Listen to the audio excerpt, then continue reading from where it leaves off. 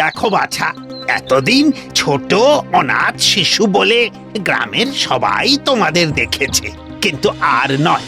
এবার থেকে তোমরা নিজেরা কাজ করে তোমাদের পেট চালানোর ব্যবস্থা করো। কিন্তু কি কাজ করব? কিন্তু আমাদের তো জমি জমা কিছুই নেই মোড়ল মশাই। গায়ে গতরে খাটো, দেখবে অনেক কাজ আছে। এখন এসো এসো। বাড়ি ফিরে দুই ভাই মাথায় হাত দিয়ে বসে পড়ে। এখন তাদের চলবে কি করে? তার উপরে রামু অত্যন্ত কুঁড়ে। তাই শামু বলে ওঠে, দাদা তুমি চিন্তা করো না, মাঠে ঘাটে যেখানে যা কাজ পাবো আমি করব। সে তুই করগে, আমার পক্ষে ওই গায়ে গতরের কাজ হবে না। আমি বরং ব্যবসা করব। ব্যবসা?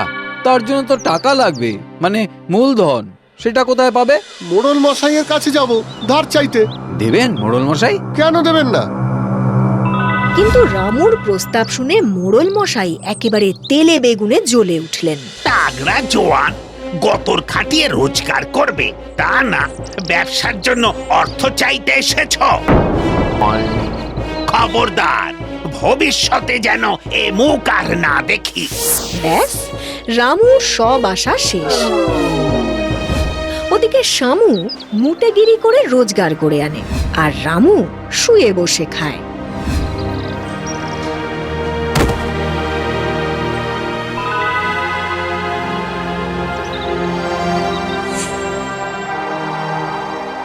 এই রে, বৃষ্টি আসবে মনে হচ্ছে।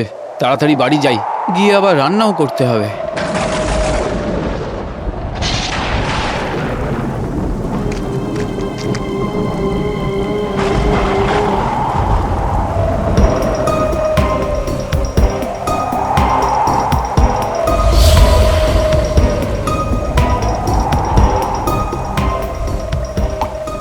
ইস, এভাবে থাকা যায় নাকি? পয়সা কড়ি জমলে আগে ঘরটা সারাতে হবে। দাদা, মোড়ল মশাই টাকা পয়সা কিছু দিলেন? না, বললো গতরে খাটতে।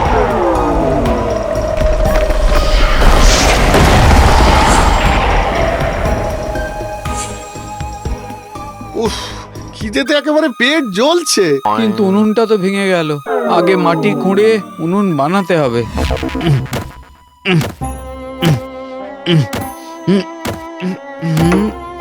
এটা কি?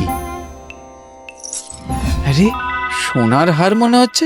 দাদা, দাদা দেখো কি পেয়েছি। এই দেখো দাদা, মনে হয় মা কোনোদিন হয়তো লুকিয়ে রেখেছিল। বাহ, এটা বিক্রি করে আমরা ব্যবসা করতে পারবো। যাই, বিক্রি করে দেখি কত পয়সা পাওয়া যায়। এরপর সোনার হার বিক্রি করে যা টাকা পায় তাই দিয়ে প্রথমে ভালো করে খায়।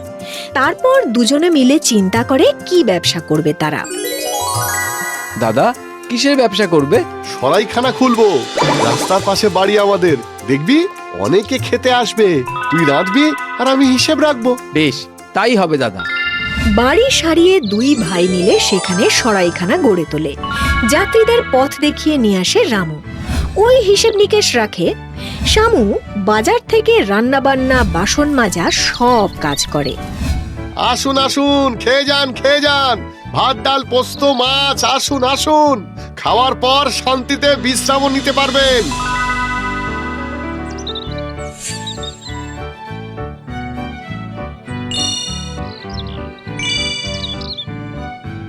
এইভাবে চলতে চলতে একদিন সরাইখানায় আসে ভিন গাঁয়ের গোয়ালারা। ভালো করে খাওয়াও দেখি। আর হ্যাঁ, খাওয়ার পর আমরা বিশ্রাম নেব, কিন্তু তোমরা আমাদের এই দুধ পাহারা দেবে, তার জন্য বেশি পয়সাও দেবো। পারবে তো? হ্যাঁ হ্যাঁ, নিশ্চয়ই পারবো। বসুন বসুন, খেতে বসুন। খাওয়া দাওয়া শেষ হলে শামু বাসন নিয়ে পুকুর পাড়ে চলে যায়, আর দুধ পাহারায় বসে রামু। কিন্তু ক্রমশ তার চোখ ঘুমে ঢলে আসে।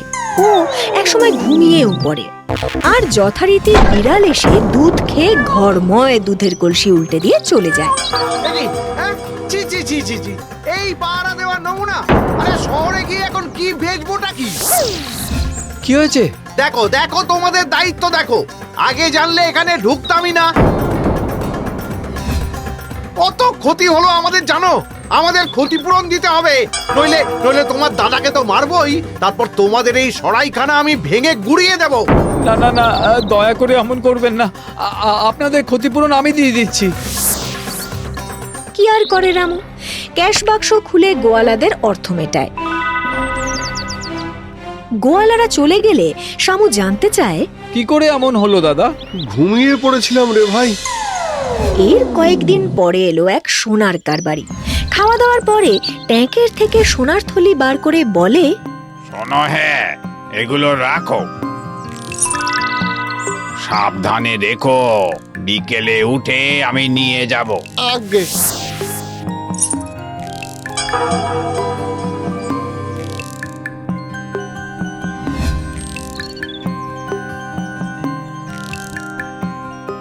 দাদা, আমি কাঠ আনতে গেলাম। আচ্ছা, যাক, এখন কেউ নেই, একটু গড়িয়ে নেওয়া যাক।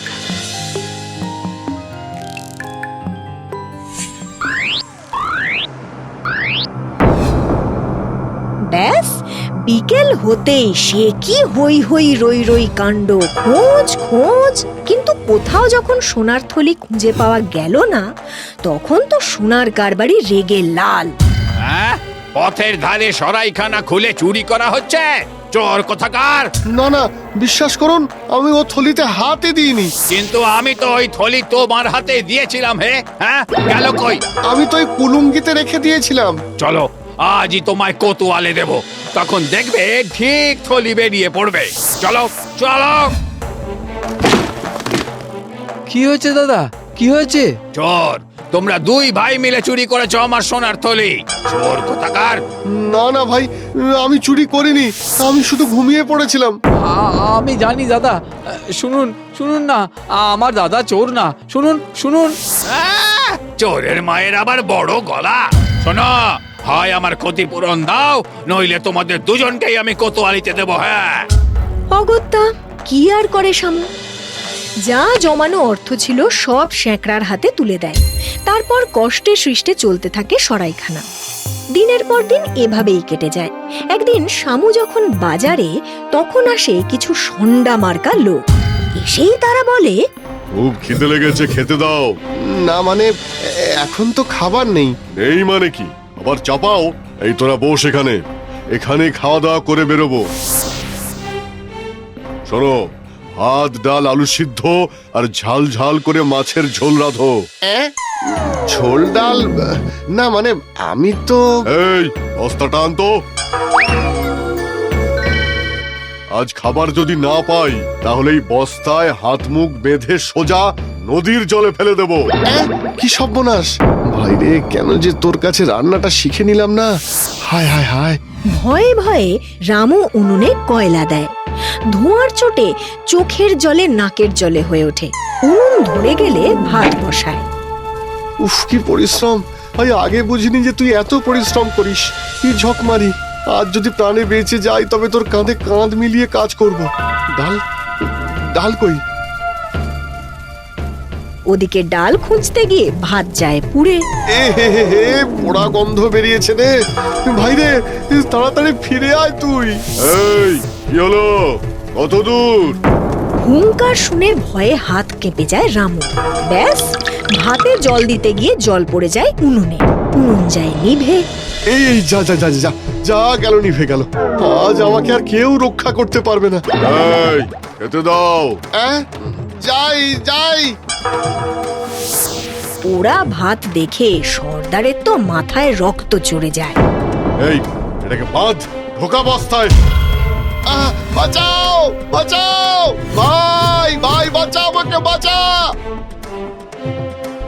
কয়েক মুহূর্ত বাদে বাজার থেকে ফিরে লোকের মুখে সব শুনে শামু নদীর দিকে দৌড়ে চলে যায়।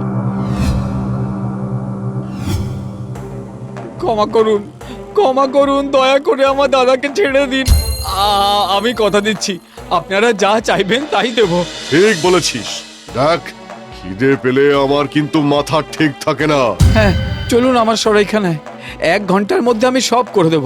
বেশ, চল। এই এটাকে বস্তা শুদ্ধ নিয়ে চল। যেমন কথা তেমন কাজ। শামুর রান্না খেয়ে সর্দাররা তো খুব খুশি হয়। এই নে, এটা তোর পুরস্কার। এতে যা মোহর আছে, তাতে তোদের সারা জীবন চলে যাবে। আর আমার দাদা? এই ওকে খুলে দে। আজ ভাইয়ের জন্য তুই বেঁচে গেলি। এই চল তোরা। ভাইরে, আমার খুব শিক্ষা হয়েছে। আজ থেকে তুই শুধু রান্না করবি আর আমি সব কাজ করব। আর হ্যাঁ, অবশ্যই তোর কাছে রান্নাটাও শিখে নেব। হ্যাঁ দাদা, আমার ভাই